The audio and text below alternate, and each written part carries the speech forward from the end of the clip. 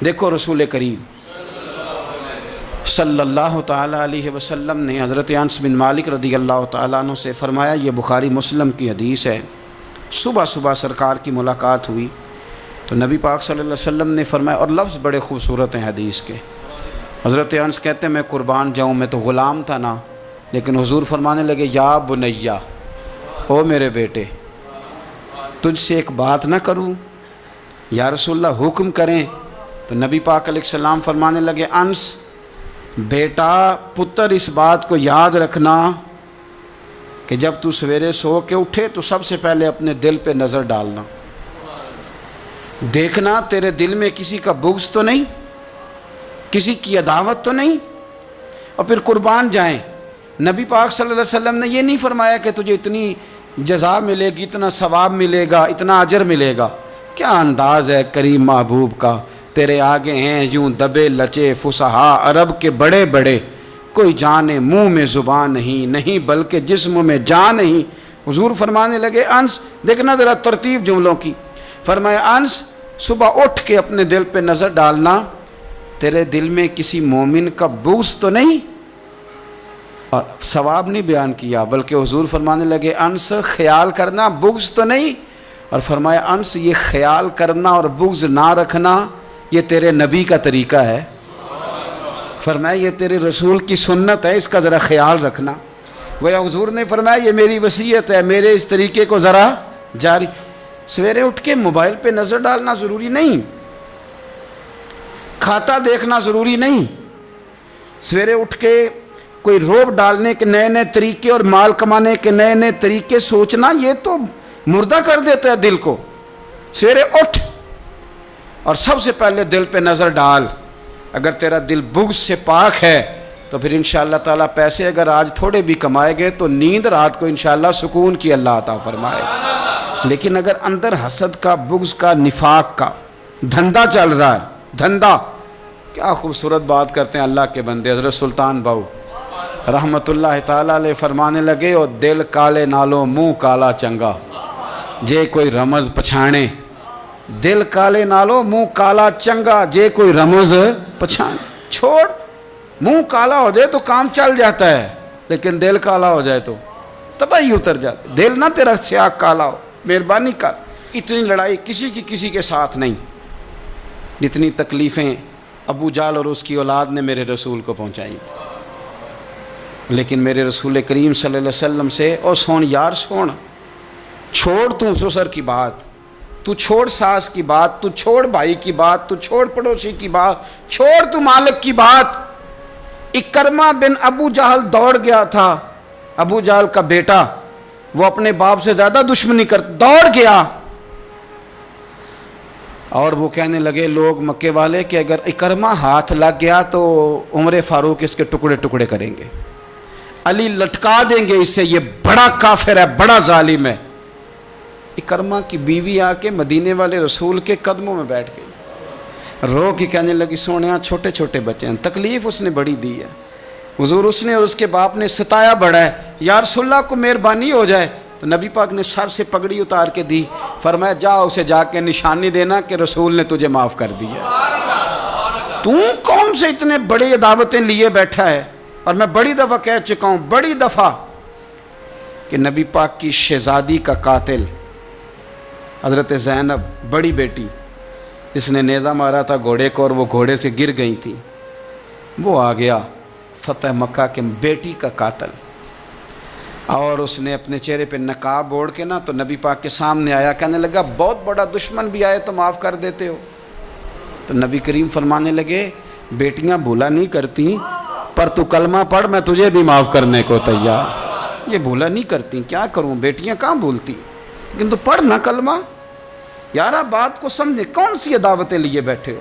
کر لو اس بہن کو فون جس کے ساتھ بلا وجہ کا رٹا ڈال لیا ہے، چچا چچا ہی ہوتا ہے، وہ کوئی کافر اور مشرک تو نہیں نہ ہو گیا، کر لو صلح۔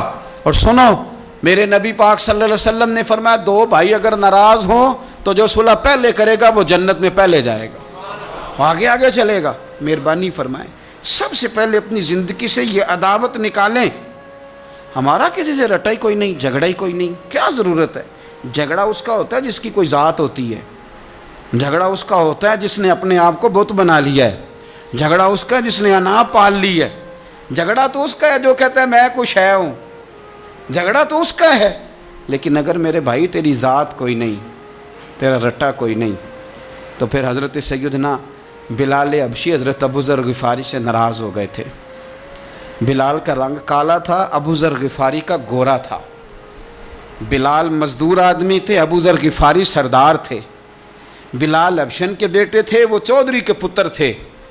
لیکن نبی پاک صلی اللہ علیہ وسلم نے فرمایا ابو ذر میں تب راضی ہوں اگر تجھ سے بلال راضی ہو تو سیدنا ابو ذر غفاری نے 1 منٹ نہیں لگایا، ذات کا بت کوئی نہیں تھا، جا کے تو جناب بلال کے سامنے لیٹ گئے، کہنے لگے حبشن کے بیٹے اٹھا اپنا پیر اور میرے منہ پہ رکھ، اور میں دنیا والوں کو بتاؤں کہ تھا تو حبشن کا بیٹا، پر مدینے والے رسول نے تجھے کتنی عزتیں عطا کر دی، مہربانی کرو۔ آپ یقین کرو ایسے گھٹن سی ہے، 10 آدمی اکٹھے نہیں بیٹھ سکتے کسی جگہ۔ آپ یقین کریں 4 دوست اور بڑی پیاری باتیں کر رہے ہیں، وہ کیا خوبصورت ان کی گفتگو ہے، لیکن ایک اٹھ کے گیا تو 3 اس کی غیبتیں کرنے لگ گئے، ایک ان میں سے اٹھ کے گیا تو باقی 2 غیبتیں کرنے لگ گئے۔ لب و لہجہ اتنا سخت اور ترش اختیار کیا جس کی حاجت ہی نہیں، ضرورت ہی نہیں، یہ آپ کیا کر رہے ہیں؟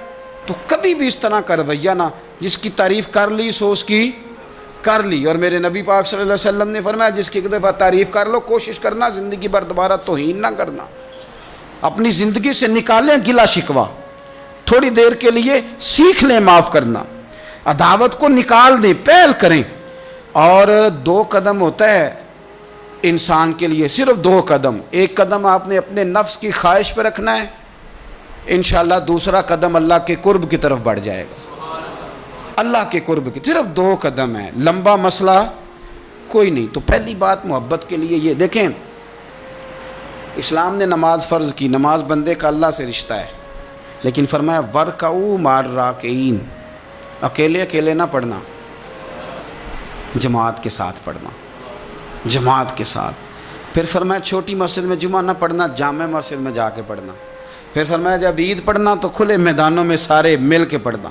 پھر فرمایا جب حج پہ آؤ نا تو تمہیں سکون شلوار قمیض میں ہے یا تہمت کرتے میں ہے، لیکن یہاں جب میری بارگاہ میں آؤ نا میرا دل کرتا ہے سب کا ایک رنگ ہو، سفید۔ اور بڑی خوبصورت حدیث ترغیب و ترہیب میں نبی کریم صلی اللہ علیہ وسلم نے فرمایا کہ جب لاکھوں حاجی میدان عرفات میں جمع ہوتے ہیں نا، میدان عرفات میں کوئی بہت عالیشان بندوبست آج بھی نہیں ہے، آج بھی لوگ چٹائیوں پہ بیٹھتے ہیں، اور اے سی والی بس میں بھی آپ بیٹھ کے جائیں تو پھر بھی کچھ نہ کچھ گرد آپ پر پڑی جاتی ہے، وضو کرنے جائیں تو پھر بھی کچھ نہ کچھ ریت سر میں، داڑھی میں، بالوں میں پڑ جاتی ہے، لیکن لاکھوں لوگ آئیں پر اکٹھے ہو کے آئیں۔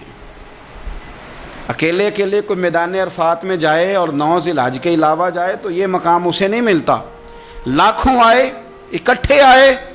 تو حضرت ابو ہریرہ رضی اللہ تعالیٰ عنہ فرماتے ہیں رب کریم آسمان کے دروازے کھول کے فرشتوں سے فرماتے ہیں ذرا نیچے تو نظر کرو، فرشتے دیکھتے ہیں نیچے تو اللہ فرماتے ہیں ان کے چہروں پر گرد ہے، یہ بڑے بڑے بنگلوں میں رہنے والے، ان کی حالت دیکھو کتنی آج خستہ ہے، گویا تم نے تو کہا تھا نا یہ فساد پھیلائیں گے، تو فرشتوں مجھے بتاؤ یہ اربوں پتی، یہ مفتی، یہ صوفی، یہ علامہ، یہ شیخ، یہ پیر، یہ اتنے بڑے لوگ یہ کدھر آئے ہیں بتاؤ؟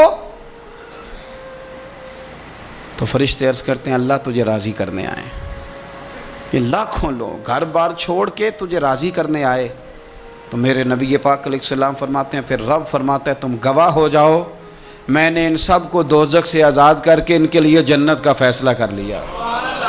اور حضرت فضیل بن عیاض کہتے ہیں میں نے 1 سال کہا تھا اے اللہ مجھے بتا تو صحیح، اتنے بلا لی ہیں، قبول کس کس کا ہوا ہے؟ تو کہتے ہیں میں اور جاگتے ہوئے تو عاطف غیب سے ندا آئی فضیل تو کو منشی نہیں اللہ کی رحمت کا کہ تجھے پوچھ کے قبول کیا جائے گا، میں نے بلایا ہی اسے تھا جس کا میں نے قبول کر لینا تھا، دوسرا میں نے داخل ہی کوئی نہیں ہونے دیا، یہاں آیا ہی وہ ہے جس کا میں نے قبول کرنا تھا۔ حضور فرماتے ہیں رب فرماتے ہیں گواہ ہو جاؤ میں نے ان کے گناہ بخش کے جنت کا فیصلہ کر، اگلے لفظ سنیں گے تو اور خوش ہو جائیں گے۔ نبی پاک علیہ الصلوۃ والسلام فرمانے لگے، حضور فرمانے لگے رب فرشتوں سے فرماتا ہے انہیں بھی بخش دیا ہے اور جن جن کے لیے یہ دعا کریں گے میں ان سب کی بھی مغفرت فرما دوں. تو یہ ساری اجتماعی عبادات مسلمانوں کو آپس میں جوڑنے کے لیے، آپس کی محبتوں کے فروغ کے لیے. زکوٰۃ کیا ہے؟ امیروں کا غریبوں کو حصہ دینا. قربانی کیا ہے؟ اپنے پیسوں کا جانور خرید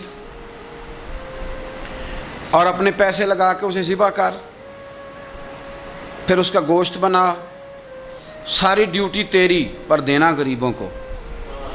یہ کیا ہے؟ یہ لوگوں کو ایک دوسرے سے جوڑتا ہے، یہ محبتیں پیدا کرتا ہے. میرے نبی پاک علیہ السلام نے فرمایا ایک دوسرے کو تحفہ لیا کرو، دیا کرو، اس سے محبت بڑھتی ہے.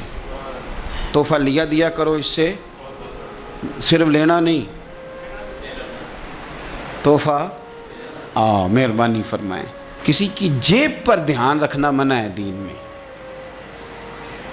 بلکہ نبی پاک صلی اللہ علیہ وسلم نے فرمایا اگر تم چاہتے ہو نا کہ لوگ تم سے پیار کریں تو فرمایا جو ان کی جیبوں میں ہے اس سے بے نیاز ہو جاؤ. پھر تم یہ چھوڑ دو کہ یہ میرے لیے لایا کیا ہے. اگر تم لوگوں کی جیبوں پر توجہ کرو گے تو پھر وہ لوگ تم سے کبھی محبت نہیں کریں گے. لیکن ایک شریعت نے جو اینگل دی تحفے تحائف کی، اس کا جو انداز ہے اس پر ذرا غور کریں. حضرت جابر ابن عبداللہ رضی اللہ تعالیٰ عنہ فرمانے لگے کہ میری اماں نے نا حریرہ بنایا. عرب شریف میں کھانا بنتا تھا حریرہ. میرے والد گرامی نے میری ماں سے سفارش کی، ان کے والد حضرت عبداللہ ابن عمر یہ میدان احد کے پہلے شہید ہیں، اور نبی کریم صلی اللہ علیہ وسلم نے فرمایا تھا جو جو شہید ہوا رب نے اس پر پردے ڈال کے بات کی، لیکن جابر جب تیرے والد گئے ہیں تو رب نے بے پردہ گفتگو فرمائی ہے. اتنا بڑا آدمی حضرت عبداللہ ابن عمر رضی اللہ تعالیٰ عنہ. تو انہوں نے نا اپنی بیوی سے کہا کہ اچھا سا حریرہ بناؤ، میں نے سرکار کی بارگاہ میں پیش کرنا ہے. تو کہتے ہیں بڑا پیارا، میری ماں نے نا بڑی خوشبو اس میں سے آ رہی تھی، وہ تیار کر کے اور بڑے برتن میں ڈال کے اوپر سے ڈھک کے مجھے دیا. جب میں نبی کریم صلی اللہ علیہ وسلم کی بارگاہ عالی مرتبت میں پہنچا تو اس کی خوشبو تو دور سے آ رہی تھی، اور ویسے بھی اللہ تعالیٰ نے غیب کی کنجیاں حضور کو عطا فرمائی ہیں. لیکن نبی کریم صلی اللہ علیہ وسلم پھر بھی فرمانے لگے تیرے باپ نے گوشت پکا کے بھیجا میرے لیے، اندر حریرہ ہے اور خوشبو آ رہی ہے. حضور فرمانے لگے تیرے والد نے کیا گوشت بنا کے بھیجا؟ اللہ کرے آپ کو سمجھ آئے میری بات. سرکار کسی سے کسی چیز کا مطالبہ کریں تو یہ اس کے نصیب ہیں، یہ تو وہ قبول ہو گیا. چونکہ نبی کریم کی تو بیٹی سیدہ فاطمہ کے گھر اگر شام کو کھانا نہ پکے تو رب جنت سے بھیج دیتا ہے، تو سرکار کو تو محتاجی نہیں کسی کی. لیکن حضور صلی اللہ علیہ وسلم، آپ بات کو سمجھیے گا میں کیا عرض کر رہا ہوں، اس اشارے کو سمجھیں جس کو صحابہ سمجھے. نبی پاک صلی اللہ تعالی علیہ وسلم نے فرمایا تیرے ابا نے گوشت پکا کے بھیجا ہے. تو کہتے میں نے پلیٹ اٹھا کے عرض کی حضور نے یہ حریرہ ہے، تو سرکار نے وہ نکال لیا. کہتے ہیں حضرت جابر ابن عبداللہ کہ میں چونکہ پختہ عمر کا نہیں تھا، میں واپس گیا، میں نے جا کے عرض کی کہ ابا جی نبی پاک صلی اللہ علیہ وسلم کو تو پتہ تھا حریرہ ہے اور اس کی خوشبو بھی آ رہی، پھر حضور نے یہ کیوں فرمایا کہ گوشت ہے اندر؟ قربان جائیں، جب عشق سکھاتا ہے آداب خود آگاہی، اقبال کہتے ہیں جب عشق سکھاتا ہے آداب خود آگاہی تو کہتے ہیں کھلتے ہیں غلاموں پر اسرار شہنشاہی. عطار ہو، رومی ہو، رازی ہو، غزالی ہو، کچھ ہاتھ نہیں آتا بے آہ سحر گاہی. کچھ لوگ اصل بات نہیں نہ کرتے، پتہ انہیں چل جاتا ہے. تو مرحوم اعظم چشتی نے کہا تھا نہ علماں وچ پھسا سانو تو یار دی گل سنا سانو. تو چکر میں ڈال رہے ہمیں، نہ علماں وچ پھسا سانو تو یار دی گل سنا سانو. اوتے علم دا سکہ نہیں چلدا جتھے عشق ہوراں دا ڈیرا ہے. تے جڑے عشق تیرے نے چور کیتے انہاں دل دنیا تو دور کیتے. تیرے عشق نے پھر مجبور کیتے انہاں نوں بھول گیا تیرا میرا ہے. کہا گھر جا کے میں نے عرض کی، میں نے کہا ابا جی حضور کو تو پتہ تھا حریرہ ہے، تو سرکار نے یہ کیوں فرمایا کہ گوشت لائے ہو؟ تو کہتے ہیں میرے ابا کی آنکھوں میں آنسو آ گئے. آپ سمجھے نا، جب عشق سکھاتا ہے آداب خود آگاہی، رو پڑے اور فرمانے لگے تو خوش قسمت نہیں کہ حضور نے تجھ سے پوچھا ہے کہ تیرے باپ نے گوشت بھیجا، فرمایا جلدی کر ایک بکری پکڑ کے لا. کہتے ہیں میں باڑے سے بکری پکڑ کے لایا، میرے ابا نے اسے بنایا اور بڑے پریم سے گوشت بنایا اور میری ماں نے پکایا اور پھر برتن میں ڈالا. کہتے ہیں غروب آفتاب ہونے والا تھا جب میں وہ کھانا لے کے گوشت لے کے در رسول پہ پہنچا, اور جا کے جب میں نے پیش کیا تو حضور نے نہیں پوچھا کیا لائے ہو, اب نہیں پوچھا. جب عشق سکھاتا ہے آداب خود آگاہی, پھر کھلتے ہیں غلاموں پر اسرار شہن, اب نہیں پوچھا کیا لائے ہو, بلکہ کہتے ہیں میں نے جا کے رکھ دیا تو سرکار فرمانے لگے اللہ تجھے, تیری ماں کو, تیرے باپ کو میری طرف سے بھی بہترین جزا عطا کرے اور سارے نبیوں کی طرف سے بہترین جزا عطا فرمائے.